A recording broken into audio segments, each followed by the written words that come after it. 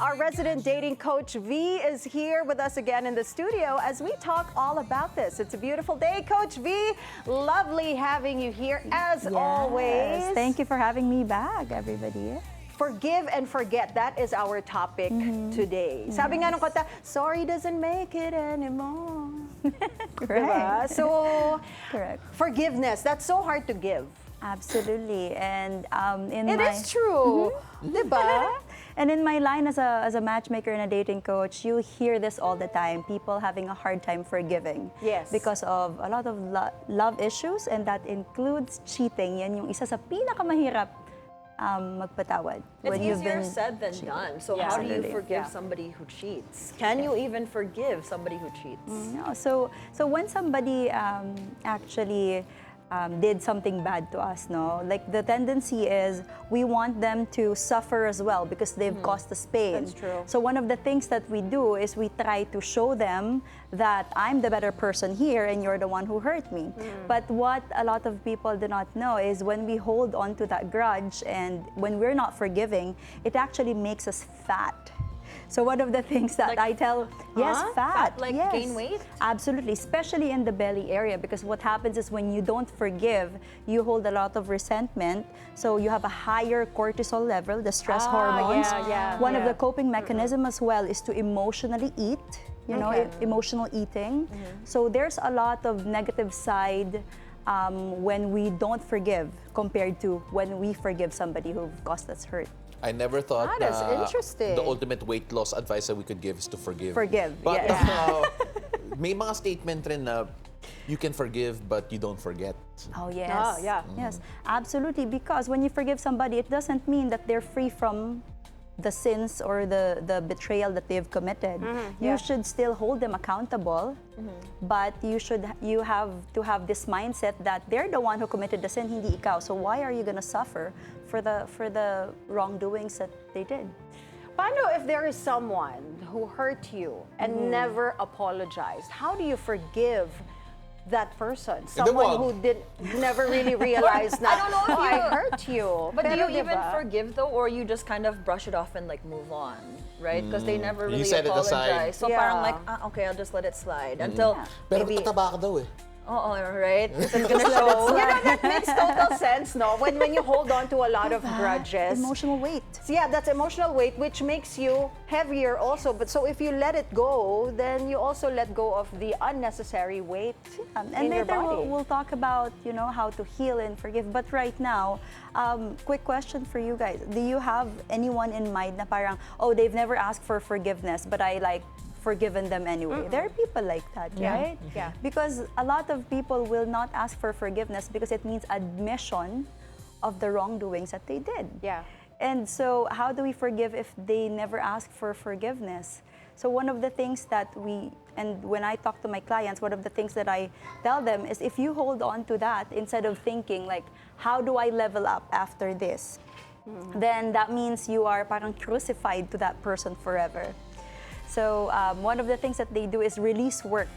Kasi literally pala, you have to shout, you have to express, you have to release that anger before you can forgive. Hindi siya pwedeng nakikimkim lang. Isn't that amazing? Is forgiveness necessary to move on? Can you move on without the forgiveness? Okay. I love this question because when we think of forgiveness, we think of the other person. Do I have to forgive the other person? But the truth is, when we're going through this process, the hardest one to forgive is not the person who did us bad. Guess who the person that we need to forgive the most? Yourself. Ourselves. Absolutely, because most of the time we feel like we are angry towards the person, but the truth is we are angry with ourselves because we let them fooled us. We stayed too long, and we gave them second chance. But I feel like that happens a lot though when you're in a relationship. Like most of your exes, they never apologize. So Yeah, it's they really hard don't. for people to move Are on. you okay, Mo? I'm Especially okay, if there's but a, I'm still not over you because of what you said kanina. Wow. especially if there's a third party involved. I feel like it's even harder for the guy to apologize, especially kung meron na siyang, you know, masaya May siya bago with his na. life, Yes. di ba? And that gives you more reason to let go of it. And that's why like the Diba? best revenge, quote unquote, right, is doing better and making yourself a better person. Yeah, It's exactly. leveling up from that person na siguro when sabihin natin like 5 years ago, I was that woman who is easily fooled. But right now, for 5 years, I've worked on myself and I leveled up and I will never tolerate something like that again. How can you avoid the lack of forgiveness to become trauma?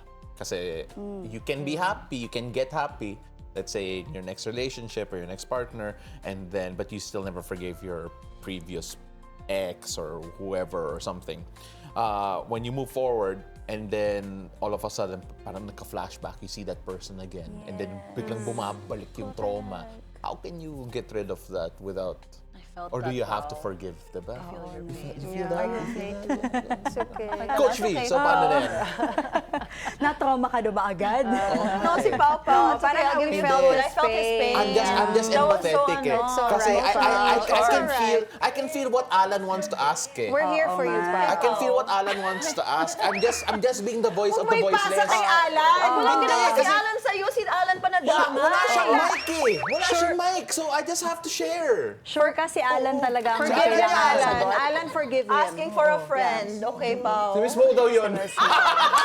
Alright, pero Coach B, No, yeah. how do we deal with that? How not to turn that into trauma is one of the things why it becomes trauma is we become, we hold on to that sin, and then we want to see ourselves as a martyr. Like what sabi nga natin, diba, emotional martyrdom. So that happens when we try to hold on to the pain and show the person, oh, I'm really hurt. Until now, even 5 years, I'm still really hurt. So what happens when you hold on to that? It just affects your other aspects in your life, and that's how you see trauma, when it affects other aspects of your life. For example, you've been hurt in your love life, but then at work, you've had trust issues because you carried on that, the last time I trusted somebody to do this, they never showed up. And so Yeah. I will never trust my coworker again. Uy. So, di ba? So it's, what do you call that? It's trickling down in other aspects of your life. So how do you change that? Like, how do you change your mindset to not having that trauma, right? Carry on. So one of my favorite quotes is when they said that not forgiving somebody is like drinking a poison and hoping that the other person dies. Yeah, that's true. So actually, gaining So weight is just one of the negative effect of not forgiving. But there are also a lot more than that, and that includes affecting your other relationship, such as the trust issues. You brought up yung martyrdom, and I think Anne, it's Yes. safe to say, iba yung martyrdom sa maturity eh. Oh, yeah. Yeah. Because some people would think now, oh, I'm mature enough to, handle the situation and show the other person that, you know what, I don't care about what you did to me. I'm the better person. So they feel like, oh, ang mature ko. But what is the difference between emotional maturity and emotional martyrdom? Yeah. So maturity is also recognizing that, I'm not gonna act on what I feel right now. I may be super duper mad at you right now, but we're done. I'm not gonna deal with you anymore, because if I deal with you, it's like reminding my body of the bad things that you've done. So maturity is deciding that, I'm gonna move on with or without your forgiveness.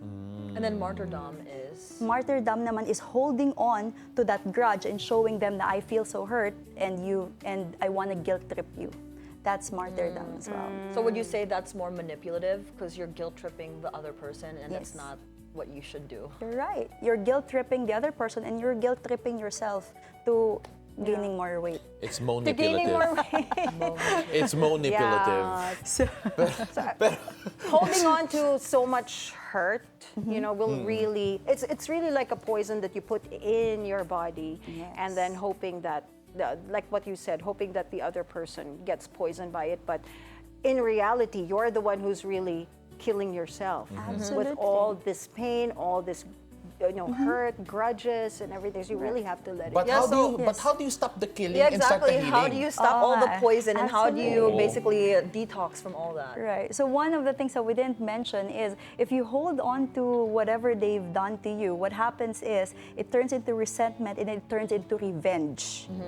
And so when you don't forgive, you are likely to plot your revenge. So what does that make to you, diba? You just become more bitter And instead of focusing yourself to healing and leveling up and being a better person so I don't get fooled again, I will be so busy plotting my revenge. So that when it goes so bad. So what are some ways people can heal? What are the next steps that they should do? Right. So one of the things that I've mentioned a while ago is really doing the release work. That's why kapag may nagagalit, pabayaan nyo. That's why there are also activities wherein you could takshapo, you can throw things because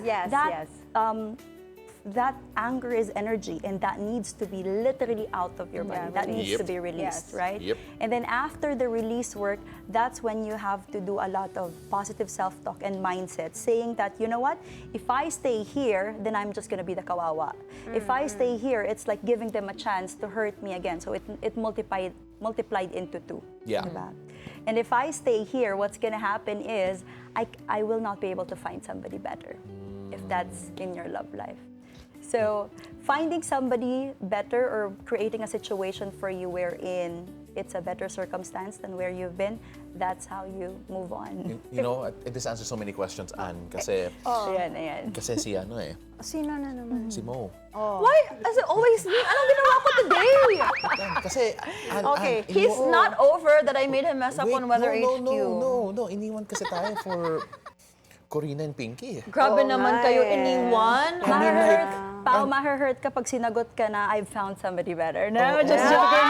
Di lang yan. Grabe! Di lang yan. I did not She's for moving friends! on. I did not say that! Corina, Pinky, and Willard. Wala ko sinabi, uy! This was not my choice. I will say in the morning if you guys want me to. I love y'all. Grabe naman. Leaving her trauma for someone better. Dami mong trauma in-inflict sa akin eh. Oh my gosh, Ann. Alam naman namin ano, wala naman kami compared to Corina and Pinky, tapos pinagpalit mo. Grabe naman kayo sa akin. Ano ba tawag mo dito mo? What? Emotional martyrdom. Grabe, manipulative kayo, not me. Very manipulative, my loves. Samahan pa naman kita mag-shopping tapos. Sumbata na. No, just kidding. I'm just, Tawag dyan guilt tripping mo. Paolo, stop it! You guys used manipulation against me for, No, but going back to Tagalog ka na lang.